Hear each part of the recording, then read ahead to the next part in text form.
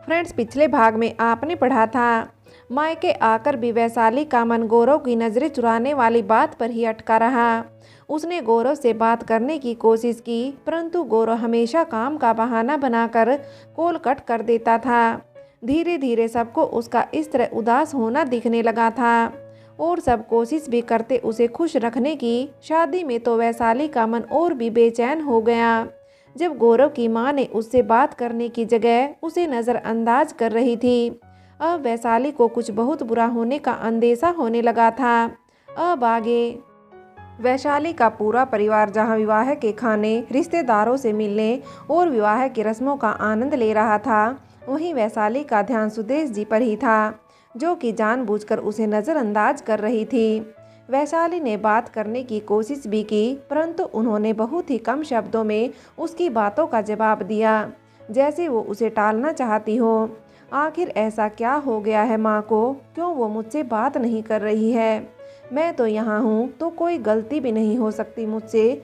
शायद वो गौरव के अलग रहने के फैसले से नाराज होगी। कोई बात नहीं, कल मैं गौरव से कह दूंगी वो माँ, देविका और पापा को बता दे कि हम सबके साथ ही रहेंगे। फिर तो माँ की नाराज़गी भी दूर हो जाएगी। वैशाली मन ही मन स्वयं से बात कर रही थी और अब उसे कल का बेसब्री से इंतजार था। गौरव फ़ोन क्यों नहीं उठा रहे? वैशाली गौरव को कॉल कर रही थी और उसके कॉल नहीं उठाने पर परेशान सी कमरे में यहाँ से वहाँ घूमती मन ही मन बड़बड़ा रही थी। विवाह को भी 1 सप्ताह होने को आया था और गौरव के कहे के अनुसार वो वैशाली को लेने आने वाला था, परंतु विवाह के बाद से ही वैशाली उसे प्रतिदिन कॉल कर रही थी, परंतु गौरव उससे बात ही नहीं कर रहा था। पहले तो उनकी थोड़ी बहुत बात हो जाती थी, परंतु अब तो वो भी नहीं हो रही थी। वैशाली बेटा खाना खा लो। वैशाली को अपनी माँ की आवाज़ सुनाई दी तो ना चाहते हुए भी वो फ़ोन कमरे में रख बाहर जाने लगी।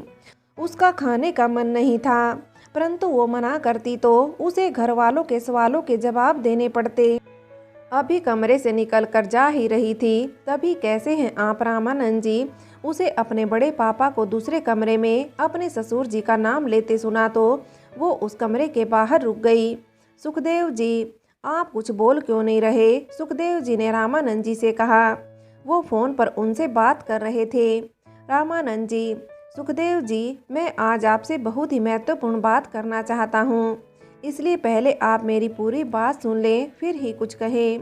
रामानंद जी ने भूमिका बांधते हुए कहा, जो कुछ भी मैं आपसे कहने जा रहा हूँ वो बात आपको पसंद ना आए, अभी आपको मैं और मेरा परिवार दुनिया के सबसे कठोर हृदय और धोखेबाज भी लग सकते हैं और आप सब हमें इस कार्य के लिए कभी क्षमा भी ना करें और मैं आप सबसे क्षमा मांगने के लिए कहूँगा भी नहीं।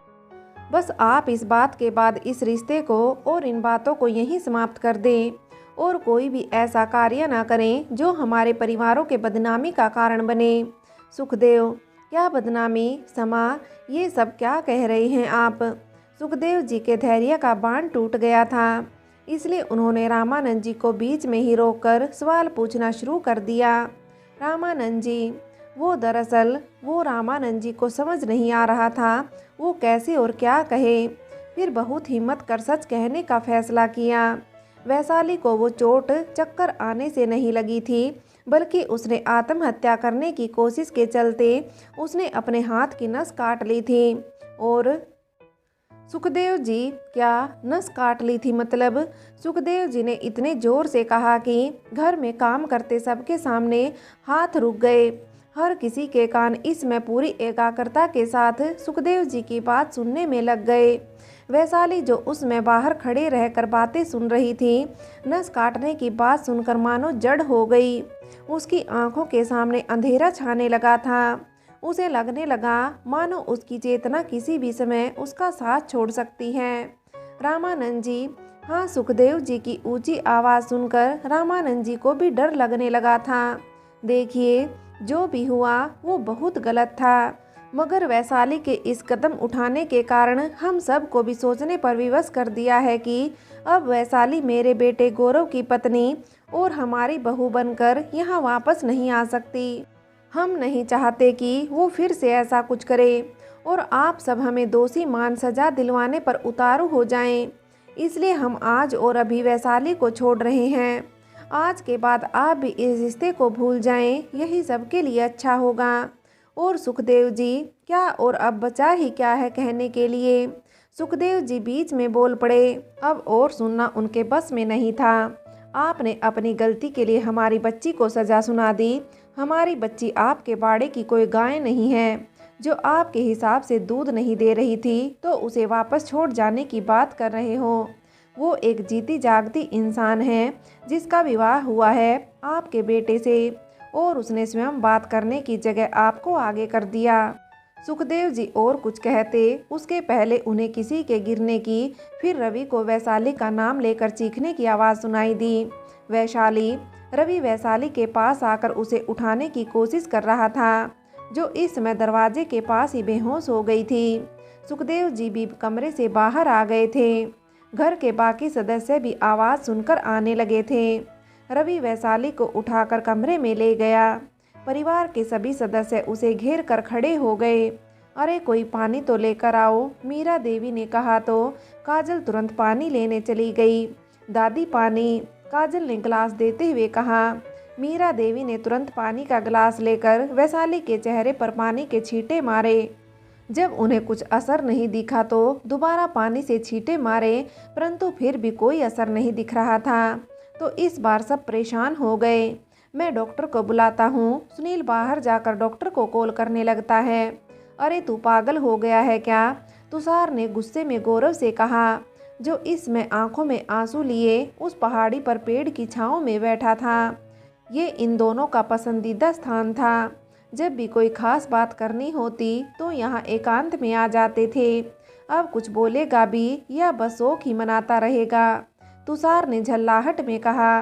गौरव ने दूर सुनने में देखते हुए कहा, मैं जानता हूँ मेरे परिवार और मैंने जो किया उसकी कोई माफ़ी हो ही नहीं सकती। चलो तुझमें इतनी अकल तो बाकी है, तुषार ने बीच में बोलते हुए कहा। जब गौरव ने उसे देखा तो वो चुप होकर सुनने लगा। वैशाली को जितना भी दर्द अब तक मेरे परिवार और मेरे कारण मिला है ना, उसके कारण उसने अपनी जान तक लेने का प्रयास किया था। सब कहते हैं आत्महत्या कायर लोग करते हैं, परंतु कितनी हिम्मत चाहिए होती है अपनी ही जान लेने के लिए, उस दर्द को सहने में जो प्राण निकलते समय होता है। आज भी सोचता हूँ कि नस काटते समय वैशाली को कितना दर्द हुआ होगा, परंतु हमारा दिया दर्द भी उस दर्द के सामने कम पड़ गया था। फिर भी माँ और किसी को भी अपनी गलती का एहसास तक नहीं हुआ। अगर मैं वैशाली के साथ अलग रह भी लेता तब भी वो उसे खुश रहने नहीं देते, इसलिए उसकी खुशी के लिए उसका मुझसे दूर रहना ही सही होगा। गौरव ने अपने आंसू पोंछ सामने देखते हुए कहा, अब इसे तेरी बेवकूफ़ी कहूँ या प्यार में की गई कुर्बानी, बस इतनी प्रार्थना है ईश्वर से तुझे अपने फैसले पर पछताना ना पड़े और वैशाली भाभी को भी तेरे दिए गए इस धोखे को सहने की ताकत मिले। धोखे शब्द पर गौरव ने तुषार को घूर कर देखा। ऐसे मत देख, तूने और तेरे परिवार ने जो किया है वो वैशाली भाभी और उनके परिवार की नज़रों में धोखा ही है, और तुम सब धोखेबाज। तुषार ने भी गौरव को आंखें दिखाते हुए कहा, जिसने बिना किसी गलती के भी एक लड़की को शादी के बाद छोड़ दिया, और वो भी लड़के ने नहीं बल्कि उसके पिता ने उन्हें ये जानकारी दी, वो भी फ़ोन पर, क्योंकि सामने जाकर बोलने से तो रहे। तुषार की बातों से गौरव के अंदर पछतावा और भी बढ़ गया था। अब उसे अपने और अपने परिवार के इस निर्णय पर दुख भी अधिक होने लगा था कि क्यों उसने बिना कोई और कोशिश किए ही हार मान ली थी। शायद वो कोशिश करता तो आज हालत कुछ और होते, परंतु अब तीर कमान से निकल चुका था। शायद इन्हें किसी बात का सदमा लगा है और ब्लड प्रेशर भी लो हो गया था, जिसके कारण ये बेहोश हो गई थी। मैंने इंजेक्शन लगा दिया, इन्हें जल्दी ही होश आ जाएगा, डॉक्टर ने वैशाली की तबीयत को देखकर कहा। डॉक्टर की बात सुनकर सबने राहत की सांस ली और सुनील डॉक्टर को छोड़ने बाहर तक गया। तुम सब जाओ, मैं यहीं रुकती हूँ इसके पास, मीरा देवी ने सबसे कहा तो सब एक दूसरे का मुंह देखने लगे। किसी का भी जाने का मन नहीं था। देखो, अभी हमें पता नहीं कि होश में आने के बाद वैशाली किस तरह से व्यवहार करेगी, उसने कितनी बात सुनी है और उसका इस पर कितना असर हुआ है। इसलिए जब ये होश में आए तो बेहतर यही होगा कि इसके आसपास कम लोग हों ताकि ये संभल सके, नहीं तो सबको देखकर कहीं वो कमज़ोर ना पड़ जाए। इसलिए तुम सब जाओ, मैं बाद में सबको बुला लूँगी। मीरा देवी की बात सबको सही लगी, इसलिए मन ना होने के बाद भी सब वैशाली को देखते हुए बाहर चले गए। मीरा देवी वैशाली के पास बैठकर मन की शांति के लिए गायत्री मंत्र का जाप कर रही थी। तभी वैशाली चौंक कर झटके से उठ जाती हैं, जैसे उसने कोई बुरा सपना देखा हो, और आंखें खोलते ही सब पहले जैसा हो जाएगा। फिर उसे वो सब याद आने लगता है जो उसने अपनी चेतना खोने के पहले सुना था, जिसके कारण उसकी सांसें तेज चलने लगती हैं, माथे और हथेलियों पर पसीना आने लगता है। मीरा देवी वैशाली की हालत देख उसे पानी का गिलास देती हैं। वैशाली इस समय तेज तेज सांसें ले रही थी, तो मीरा देवी स्वयं ही वैशाली को पानी पिलाने लगती है। अचानक वैशाली अपनी दादी के गोद में सर रख जोर जोर से रोने लगती है। वैशाली के रोने की आवाज़ सुनकर सब वहां आ जाते हैं, परंतु मीरा देवी उन्हें इशारे से अंदर आने के लिए मना कर देती है। वो सब एक बार फिर मन होते हुए भी वहां से चले जाते हैं। सब आंगन में बैठकर इंतजार करते हैं मीरा देवी के बुलाने का। क्यों क्यों दादी, उन्होंने क्यों किया मेरे साथ ऐसा? वैशाली ने जी भरकर रो लेने के बाद हिचकियां लेते हुए अपनी दादी से प्रश्न किया, मेरा क्या कसूर था? ऐसी कौन सी गलती हो गई मुझसे जो मुझे ऐसी सजा दी? पहले तो सपनों के पंख देकर आसमान में उड़ना सिखाया, और फिर साजिशों के वार से उन पंखों को काट जमीन पर गिरा मरने के लिए छोड़ दिया। नहीं मेरी बेटी, ऐसा नहीं कहते। मरने की बात सुनकर मीरा देवी का कलेजा कांप गया था। उन्हें ऐसा लगा जैसे किसी ने उसके दिल में सैकड़ों चाकू चला दिए हों। हम सबसे एक ही गलती हो गई कि बार बार उन गलतियों को नज़रअंदाज कर उन्हें क्षमा करते रहे। उन पर विश्वास करना ही हमारी गलती थी। मैंने किसी का क्या बिगाड़ा है जो मेरे साथ ऐसा हुआ दादी? मैंने तो हर रिश्ते को पूरे मन और ईमानदारी से निभाया था। अगर छोड़ना ही था तो वो लेने क्यों आए थे? क्यों सबने मेरे साथ प्रेम भरा व्यवहार कर मुझे छला? किस अधिकार से उन्होंने मेरी भावनाओं के साथ इतना घटिया खेल खेला? वैशाली को बात करते करते वो पल याद आने लगे जब सब ने उसे बहुत प्यार से रखा था, जब सब उसे पलकों पर बिठाया करते थे। कभी कभी किसी का बुरा व्यवहार हमें उतनी चोट नहीं पहुंचा पाता जितनी चोट हमें ये जानकर लगती है कि उसके साथ बिताए हमारे सबसे खूबसूरत प्यार भरे पल बस एक छलावा थे। ये सब याद आते ही वैशाली अपनी दादी की साड़ी को मुट्ठियों में कसकर पकड़ लेती है, फिर से रोने लगती है। उसके रोने की आवाज़ बाहर तक आ रही थी, जो सबके दिलों को बेचैन कर रही थी। उनका सब्र अपनी सीमा लांघ रहा था। तेरी कोई गलती होगी ऐसा अपने मन से निकाल दे। और रही बात कि तुझे किस बात की सज़ा मिली है, तो हम उस ईश्वर के फैसले को कहाँ समझ पाते हैं। क्या पता जो हमें सज़ा लग रही है वो तुम्हें आने वाली परेशानियों से बचाने के लिए एक कड़वा निर्णय हो। तुझे आज जितना रोना है रो ले, क्योंकि आज अगर तेरे आंसू बाहर नहीं आए तो ये जीवन भर तेजाब की तरह अंदर ही अंदर तुझे जलाते रहेंगे। मीरा देवी के कहने पर वैशाली कुछ देर रोने के बाद शांत हो गई। एक बार बस वैशाली बात कर ले, फिर छोड़ेंगे नहीं उन सबको, रवि और सुनील ने गुस्से में सबसे कहा। वो बाहर वैशाली के रोने की आवाज़ सुनकर अपना गुस्सा काबू नहीं कर पा रहे थे।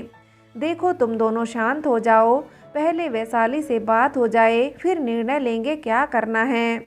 सुखदेव जी ने कहा। बिल्कुल सही कह रहे हैं आप भाई साहब, तुम दोनों शांत रहो। जो भी करना है वो कानूनी तौर पर ही करना है। वैशाली के पिता ने भी उन दोनों से कहा। आपको लगता है कानूनी तौर पर अब कुछ भी साबित किया जा सकता है? उन्होंने हमें इतने दिनों बाद बताया, क्योंकि वो कोई भी सबूत नहीं छोड़ना चाहते थे।